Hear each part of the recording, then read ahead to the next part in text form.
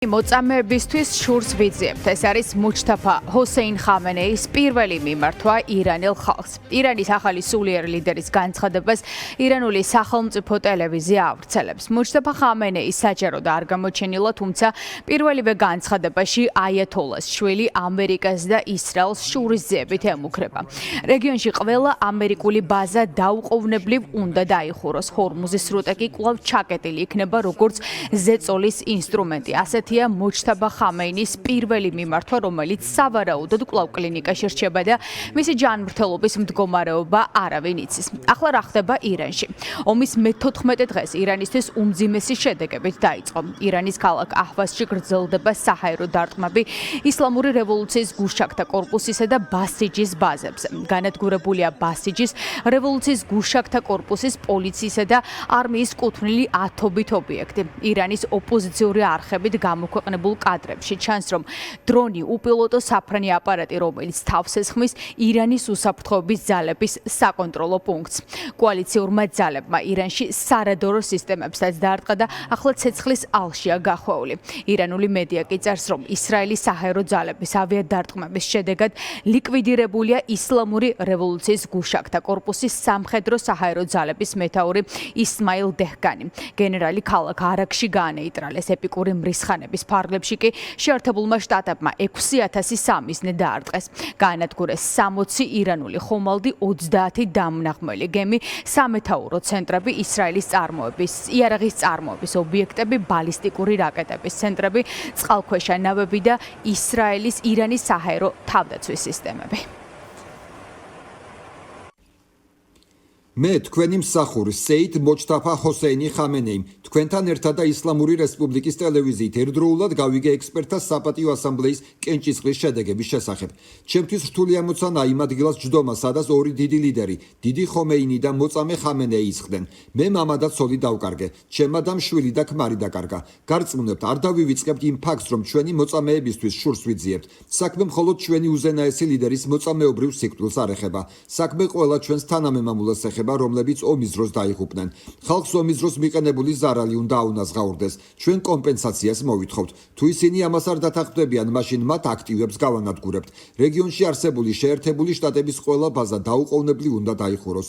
წინააღმდეგ შემთხვევაში ამ ბაზებზე იერიში განხორციელდება. ჰორმუზის სრუტე კვლავ ჩაკეტილი დარჩება როგორც ზეწოლის ინსტრუმენტი. ხას უსვამთ იმას, რომ გარშემო არსებულ ქვეყნებთან კარგი ურთიერთობები გვექნება. ჩვენ მათი მტრები არ ვართ და ჩვენი სამიზნე მხოლოდ ამერიკული ბაზებია.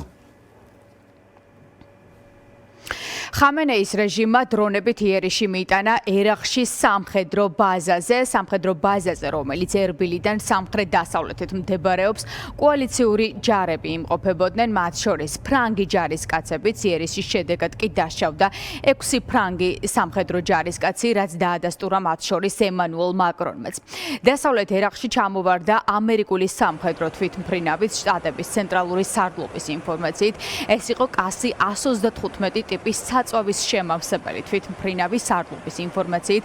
ინციდენტი არ მომხდარა მტრული ან მეგობრული ცეცხლის გამო. მოგვიანებით გაირკვა, რომ თვითმფრინავის ჩამოგდებაზე პასუხისმგებლობა ირანის მიერ მხარდაჭერილმა შეიარაღებულმა დაჯგუფებამ ერაყის ისლამურმა წინააღმდეგობამ აიღო ქვეყნის სუვერენიტეტის დაცვის მოტივით.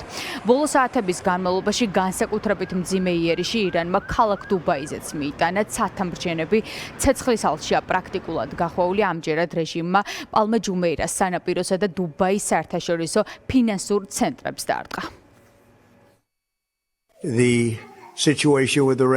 ირანთან დაკავშირებული სიტუაცია ძალიან სწრაფად ვითარდება. ჩვენ ვაკეთებთ იმას, რაც უნდა გაკეთდეს. ჩვენი სამხედრო ძალები შეუდარებელნი არიან. მსგავსი რამ არასდროს მომხდარა.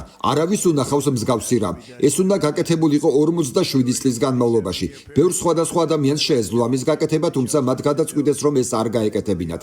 ირანი ნამდვილად ტერორისა და სიძულვილის ერია და ახლა დიდ ფასს იხდიან. შეერთებული შტატების საზღვაო ძალებმა შესაძლოა საერთაშორისო კოალიციასთან ერთად ჰორმუზის სრუტეში გემების ესკორტი განახორციელონ, როდესაც ეს სამხედრო თვალსაზრისით შესაძლებელი იქნება.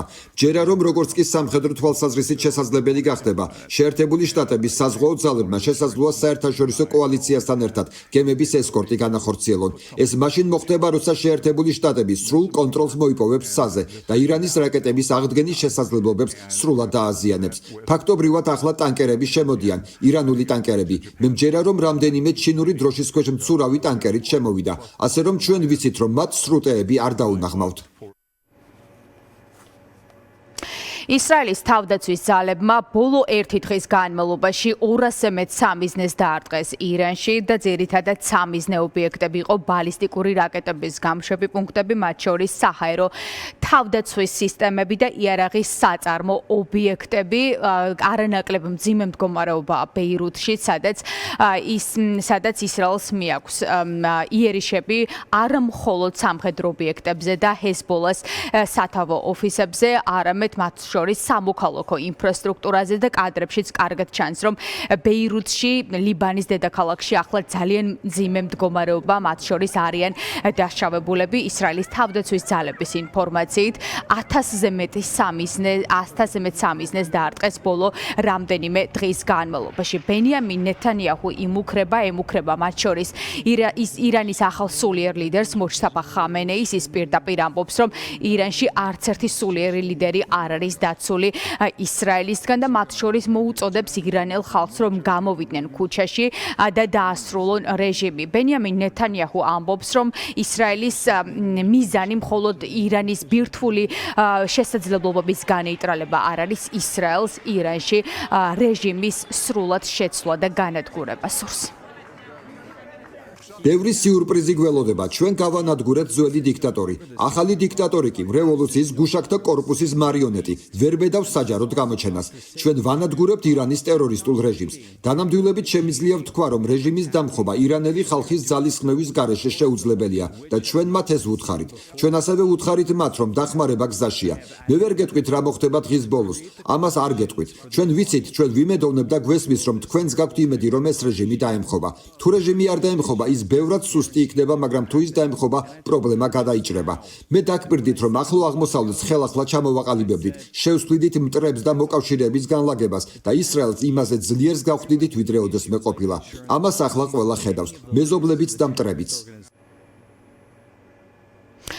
ებრაული ლომის ღრიალი და ამერიკული ეპიკური მრისხანება, როგორც ხედავთ, უკვე მე-14 დღეა ირანში მიმდინარეობს. ისრაელი და შეერთებული შტატები გაჩერებას არ აპირებენ. შეერთებული შტატების და მათ შორის თეთრი სახლის გათვლებით სავარაუდოდ სამხედრო ოპერაცია ირანში 4-დან 6 კვირამდე გაგრძელდება და არ დასრულდება იქამდე, სანამ ირანის სამხედრო შესაძლებლობები სრულად არ იქნება განეიტრალებული. ისრაელის მიზანი კი, როგორც უკვე გითხარით, არა მხოლოდ სამხედრო თვალსაზრისით ირანის განადგურება, მოჯთაბა ხამენეის რეჟიმის სრულად დასრულება სურს.